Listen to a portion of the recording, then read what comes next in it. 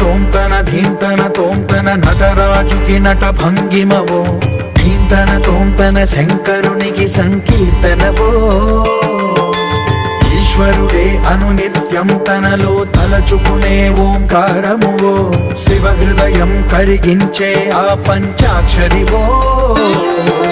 నీ మదిలో